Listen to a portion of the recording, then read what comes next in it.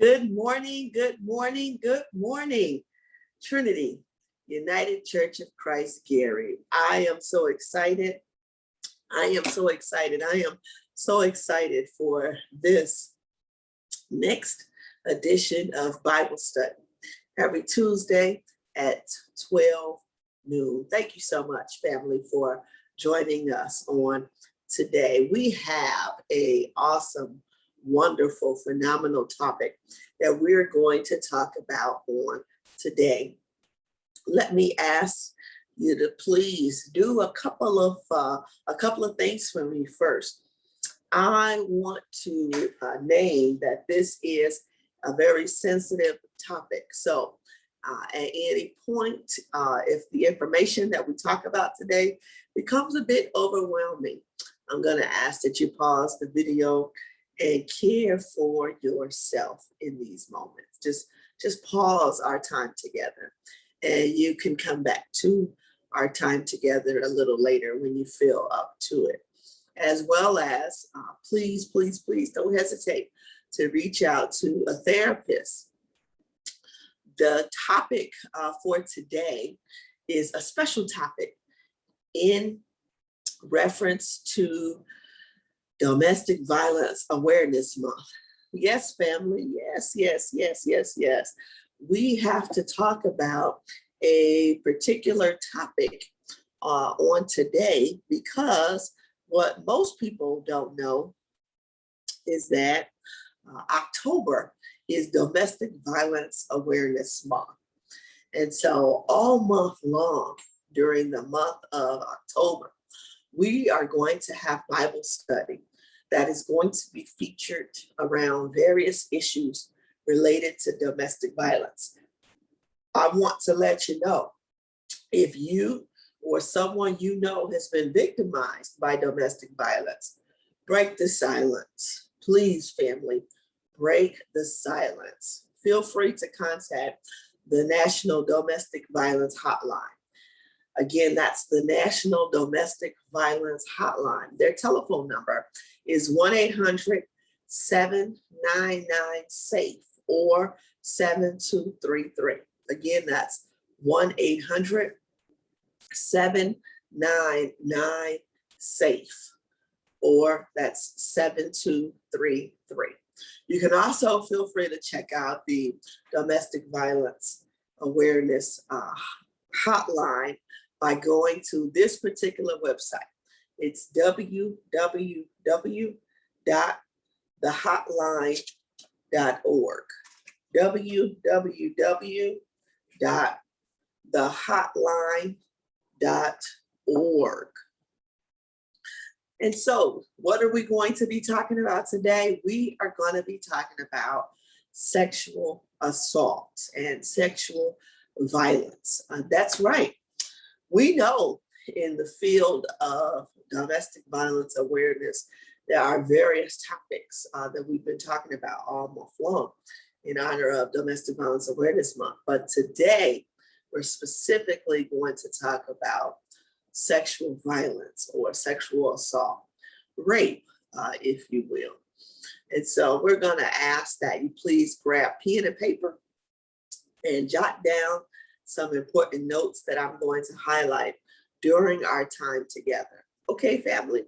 So first, I just want to ask you some very important reflective questions.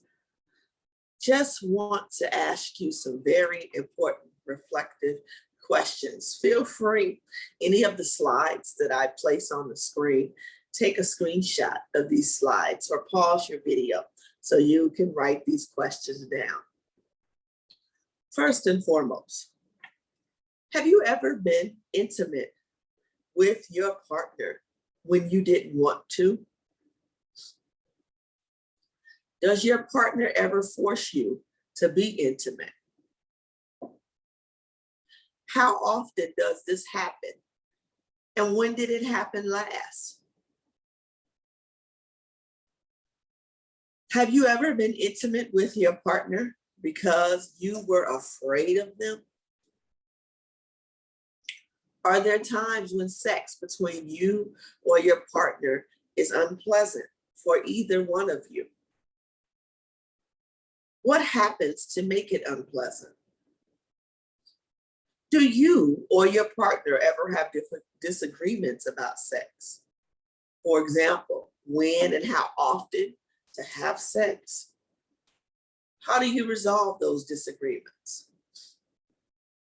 Do you think you and your partner enjoy your sexual relationship equally? Has your partner ever made you have a sexual experience when you had too much alcohol to drink, or when you've taken something, for example, drugs, that made you unable to consent?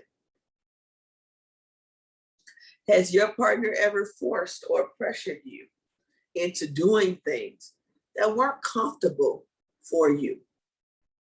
What were they?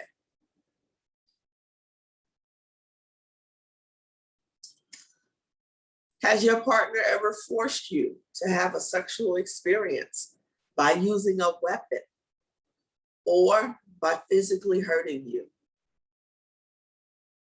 Has your partner ever forced you to have a sexual experience by kidnapping you or by breaking into your home, office, car, or other property? Have you ever had sex with your partner because they have threatened, pressured, forced, or hurt you? And what happened?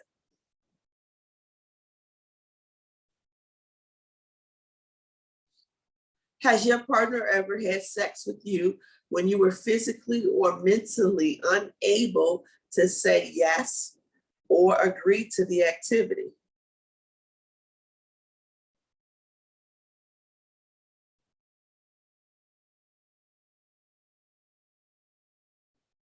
Have you ever given in to a sexual encounter with your partner to avoid fighting or being hurt? Have you ever had a sexual encounter because you felt overwhelmed by your partner's continual arguing and or pressure? Has your partner ever touched you in a sexual way that has made you feel uncomfortable?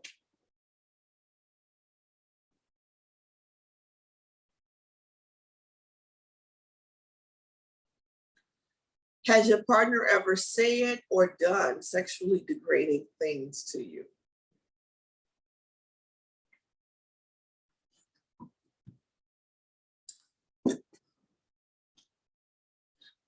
The questions that I have just highlighted are questions that we refer to as sexual violence inventory questions. Sexual violence inventory questions. In some sense, we believe that so many women and gentlemen have been impacted by sexual violence today. But oftentimes, one particular myth about sexual violence is that the lines are blurry and skewed, if you will.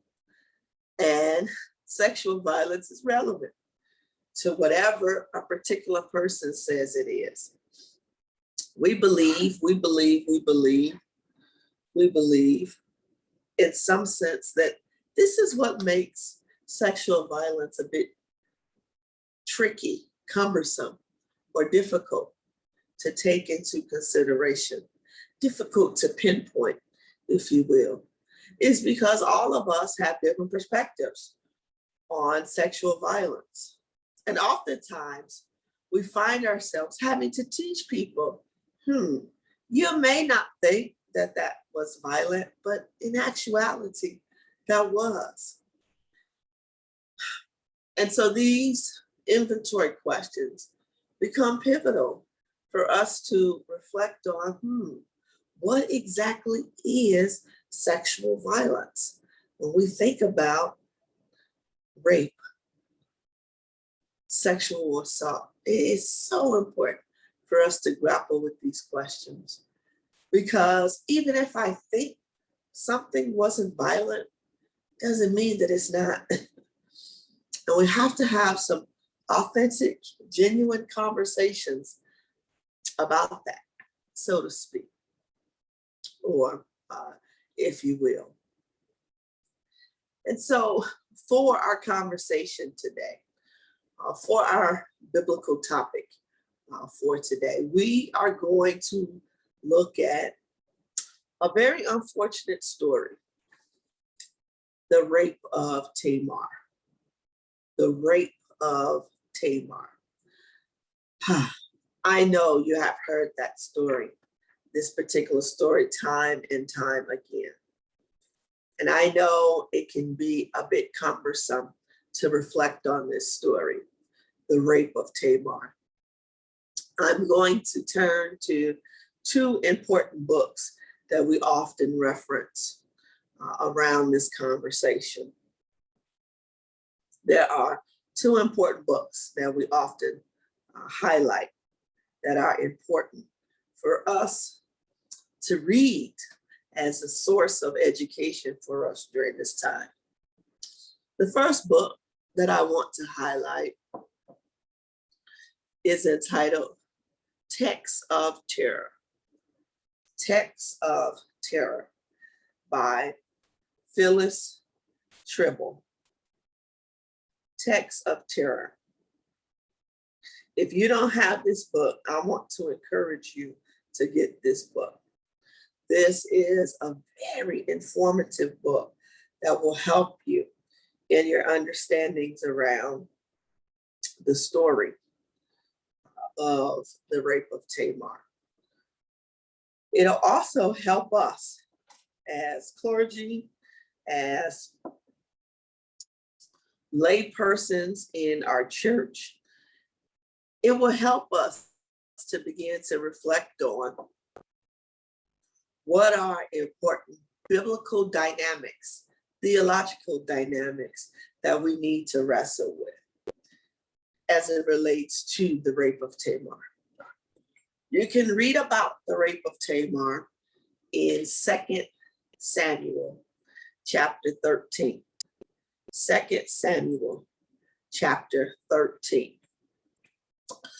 A second book that I would invite you to check out that is specifically focused on various sociological and psychological dynamics of the rape of Tamar is The Cry of Tamar, Violence Against Women and the Church's Response.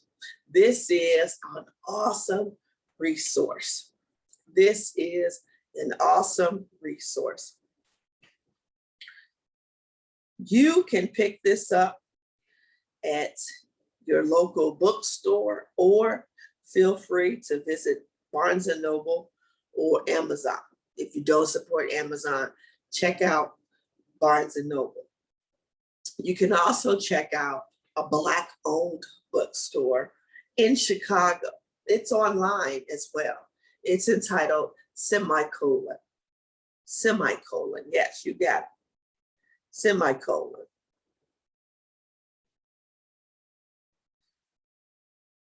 So, as we reflect on 2 Samuel 13, there's some important dynamics that I want to highlight that become very, very important for us to take into consideration. I'm going to name some characters. And again, if you haven't already read this story, I want you to have pen and paper available. During this time, I am going to encourage you to reflect. And so I'm going to be asking several reflective questions for us during this time. So the first reflective question that I'm going to ask you to reflect on is, as you read the story of the rape of Tamar from 2 Samuel chapter 13, first and foremost, I'd like for you to reflect on what are your feelings and emotions that come up for you as you read this story. Are you sad, mad, scared? peaceful, joyful, or powerful. It is so important as we begin to read these biblical stories to be in touch, to be self-aware about what are our feelings as we read these particular stories. What is going on physically, psychologically, and emotionally in our bodies. And so as you read this story, would you say you feel sad, mad, or scared? Will you say you feel peaceful, joyful, or powerful?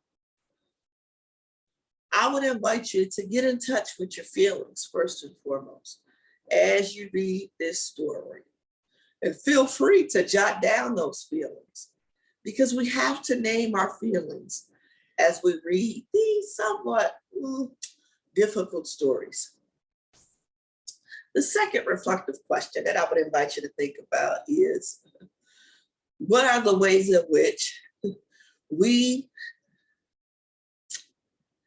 manipulate and take advantage of people in groups or via mob action? This is the second reflective question that the Rape of Tamar, the story of the Rape of Tamar, asks us to reflect on. What do I mean by that? Well, as the story goes in 2 Samuel 13,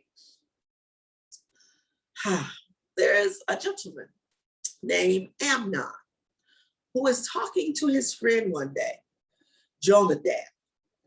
And Amnon says to Jonadab, hey, guess what? I've got a sister and I am becoming sexually aroused by her. And I can't take it. I don't know how to contain myself. I don't know how to contain my urges. And as he's sharing this story with his friend Jonadab, his friend Jonadab begins to craft a whole entire narrative or experience of how Amnon can take advantage of his sister, how Amnon can sexually violate his sister. According to 2 Samuel 13, Jonadab tells Amnon, I got a plan. All you have to do is, in some sense, pretend as if you're sick one day.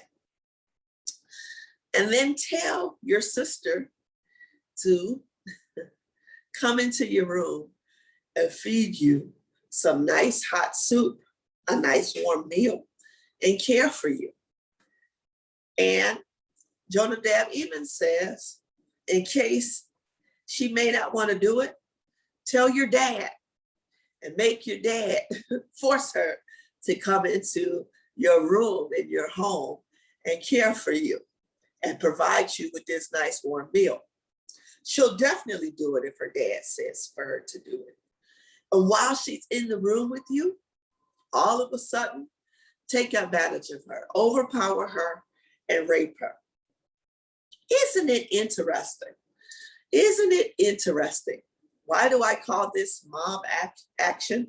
Why did I ask you to reflect on this from the perspective of mob action? Is because in some sense, there are three people who become co-conspirators in the sexual assault or violence of this sister, who is named Tamar. It is one, her brother Amnon, who actually does the violent act. It is two, Amnon's friend Jonadab, who creates the narrative, the atmosphere, the environment for a sexual violent assault to take place. And three, it is the dad of Amnon, who becomes a co-conspirator by one, forcing his daughter, Tamar, to go serve her brother. Now, I'm gonna pause for a second. I know what you're thinking. You're gonna say, but Danielle, the dad didn't know what Amnon was going to do. The dad didn't know what Amnon was going to do to Tamar. You're right, but we'll talk about the dad's actions and participation in the sexual violent assault of Tamar a little later. But yes, the dad does become a co-conspirator. And so this story first asks us to reflect on, or ask us to think about, what are the ways in which we have supported violence in our communities? I'm thinking in these moments of the entertainer R. Kelly. And while I was so excited, while I was so elated that the New York legislation and criminal justice system found him guilty of human sex trafficking, I was also a bit sad because I said to myself, R. Kelly did not commit these crimes by himself, but he had a whole community who was co-conspirators with him to complete this sexual violence. And so I would like for you to first and foremost ask yourself, have you been the perpetrator of being a co-conspirator to sexual violence against another? What are the ways in which you have created environments, atmospheres, settings where sexual violence could take place? That is wrong. We, beloved, must be called first and foremost to take it serious, making sure our churches are safe spaces and environments where sexual assault, sexual violence cannot occur. Let's talk about a second dynamic in our story.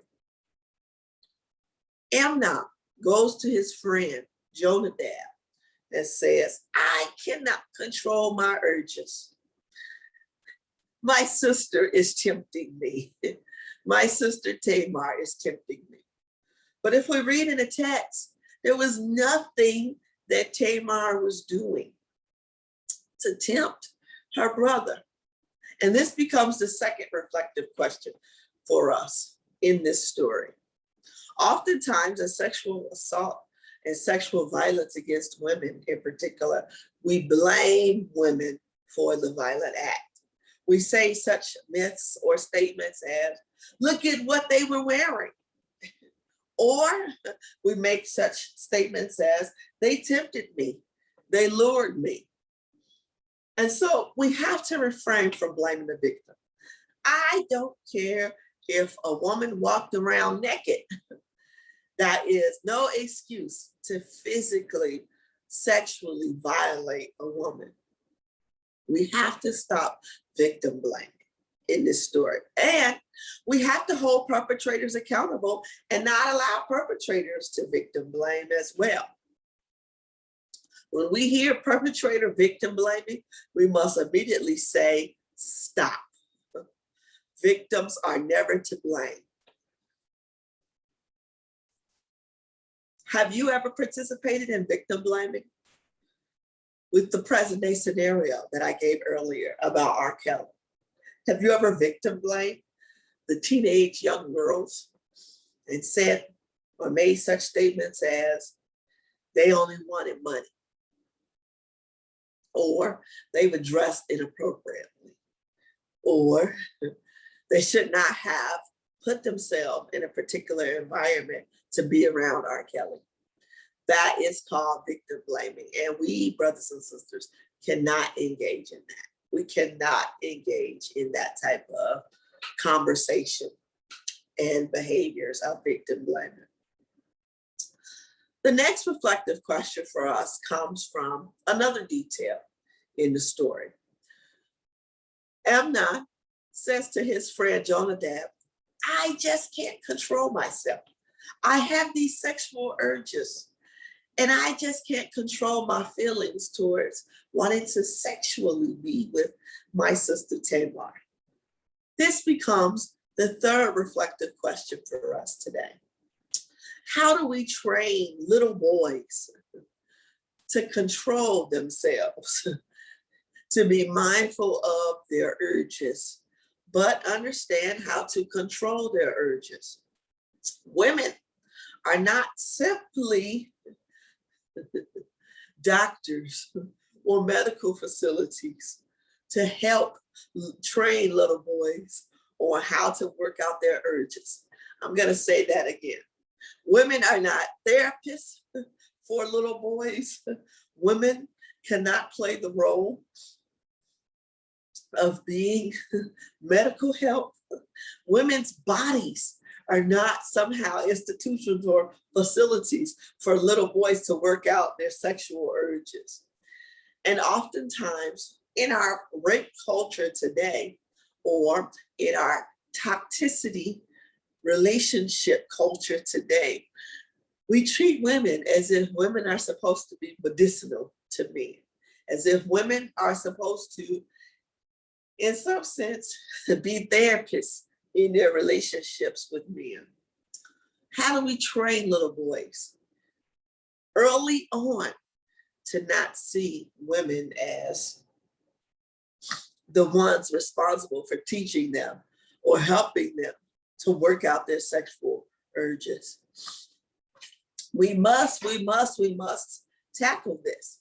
And so the next reflective question becomes, little boys that you may be mom or dad or parent to, little boys that you may be auntie, grandma, or cousin to, big brother or big sister. How are you training our little boys today to understand how to control their sexual urges? If you are clergy person to little boys in community, what workshops or seminars can we have for boys that focuses on how to control your urges and not simply work your urges out on the bodies of women in our communities today? Oftentimes, we spend so much time training women on what not to do to help men control their urges. How about spending more time educating men on how to control themselves?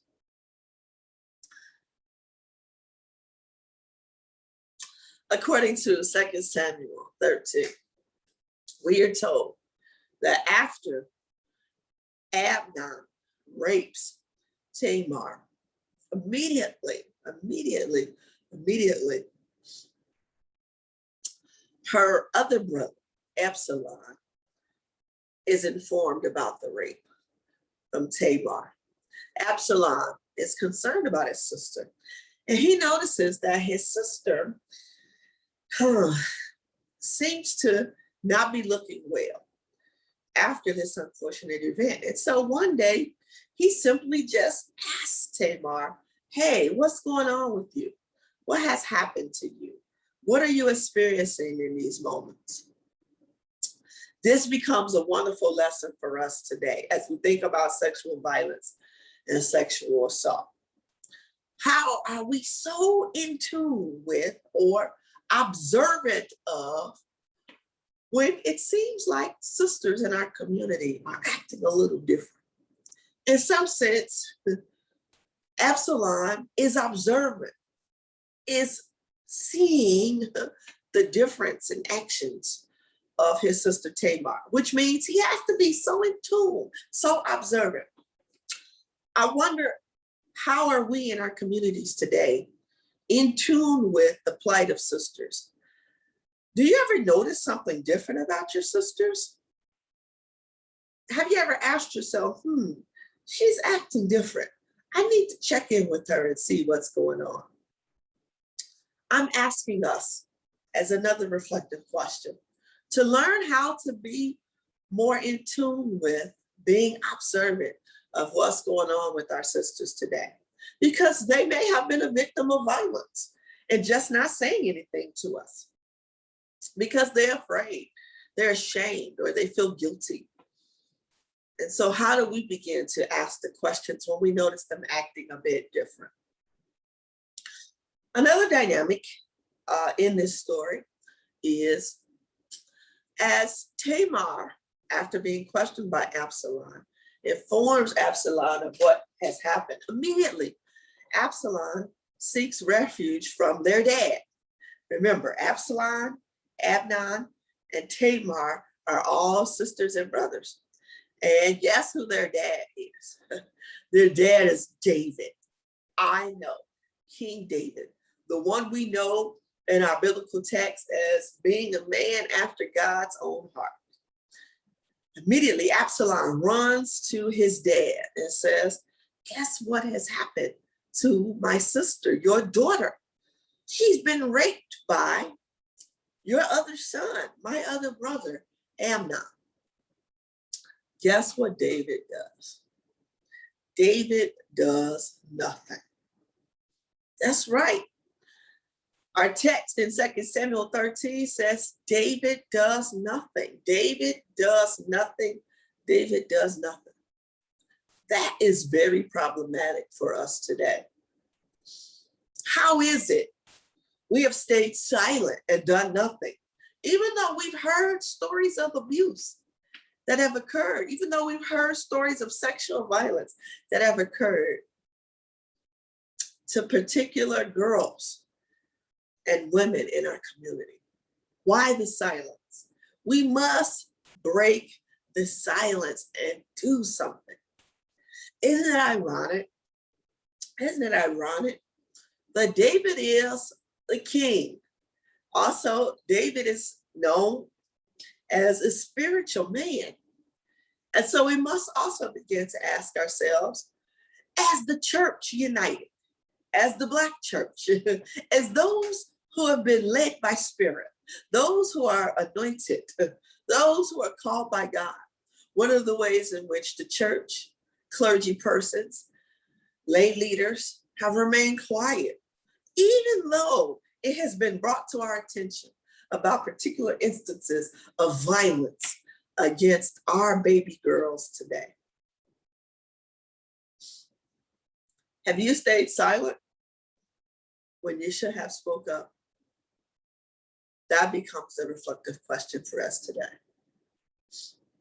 That becomes the reflective question for us today. Our text would later say that Absalom becomes grieved in his spirit because his dad chooses not to do anything, which points to another dynamic that we must highlight. What are the ways in which we have produced a culture that now tells people, hey, even though this violent sexual attack has happened to this young lady, we're not going to do anything about it? What are the ways in which we have caused trauma to other people who have observed, witnessed, or become aware of the act, and now they themselves become grieved because of our silence, because of our lack of accountability? Think about this for a second. Not only is Tamar the victim in this story, but it is also her brother Absalom who becomes a victim in this story. What are you talking about, Danielle? Well, I'm so glad you asked. Oftentimes, when we think about violence and trauma, we have to understand that there's a dynamic in psychology and human development that says it is not only the direct victim of violence who suffers, but it is those who observed the violence or became aware of the violence who also experience victimization, a secondhand trauma, if you will. And they are further traumatized when we don't do anything, when we stay silent. Not only is the victim further traumatized, but also those who become aware of the violent act and experience elders in the community not doing anything also creates, in some sense, a victimization. Wow, there is so much in this story that we must begin to grapple with, that we must, in some sense, begin to reflect on. And so, in some sense, we say that This sexual victimization becomes another form of ACEs. This sexual victimization, particularly of young people. In this story, Tamar is not a grown adult woman. Tamar is young. In this story, we must begin to highlight the way she now experiences an adverse childhood experience because of sexual abuse. And also, our brother Absalom experiences household dysfunction, which is also a form of ACEs, because of his observation or becoming aware of the abuse. So the question for all of us today is, what can we do? What are steps, strategies, and interventions that we need to employ to talk about sexual violence and address sexual violence in our communities today? According to the Centers for Disease Control, we can stop sexual violence through these particular types of activities. There's a cool acronym that the Centers for Disease Control has created. It's entitled STOP SV. SV stands for sexual violence. STOP SV. The S in STOP stands for promote social norms that protect against violence. The T in this STOP SV acronym stands for teach skills to prevent sexual violence. The O in this STOP SV acronym stands for provide opportunities to empower and support girls and women. The P in this STOP SV stands for create protective environments. And finally, the SV stands for support victims. Support victims of sexual violence. Support victims of sexual violence. It is so important to practice these steps. It is so important to practice these steps. Why is it important to practice these steps? It's so important to practice these steps because we say more than anything, sexual violence is about emanating power and control. Sexual violence is about emanating power and control. And we must begin to address the deeper psychological dynamic of power and control. If you were to turn back and investigate this story of Amnon's birth, the current struggles that Amnon was having in his life at the time, you will see that his rape of Tamar is based on his desire to feel, to experience power and control. You'll also see that later, according to 2 Samuel 13, Absalom attempts to avenge his sister's rape by now killing his brother Amnon. Because, as the story goes, for 2 years, nothing was done. Nothing was done. For 2 years, even though Absalom had informed King David of what had happened to Tamar at the hands of Amnon, nothing was done. And so Absalom gets angry. And in his zest and zeal to also want to obtain power and control, he kills Amnon. In Absalom's desire to reclaim power and control, he kills Amnon. So what are the ways in which violence begets violence is another reflective question for us. What are the ways in which, if we don't address violence when it happens here, then violence can also expand, blow up, explode to further violence over here. We also must ask ourselves, how must it have been for our beloved sister Tamar to experience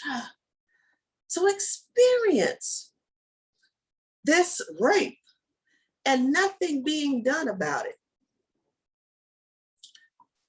Nothing being done about it for 2 whole years. We say there are risk factors that Amnon was showing during this time. There are risk factors that Amnon was showing during this time.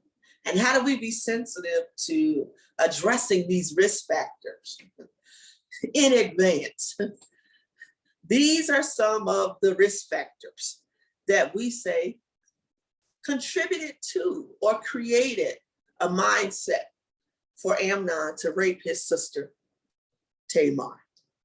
And so we must take a hard look. We must take a very hard look at how we support these risk factors in our communities today.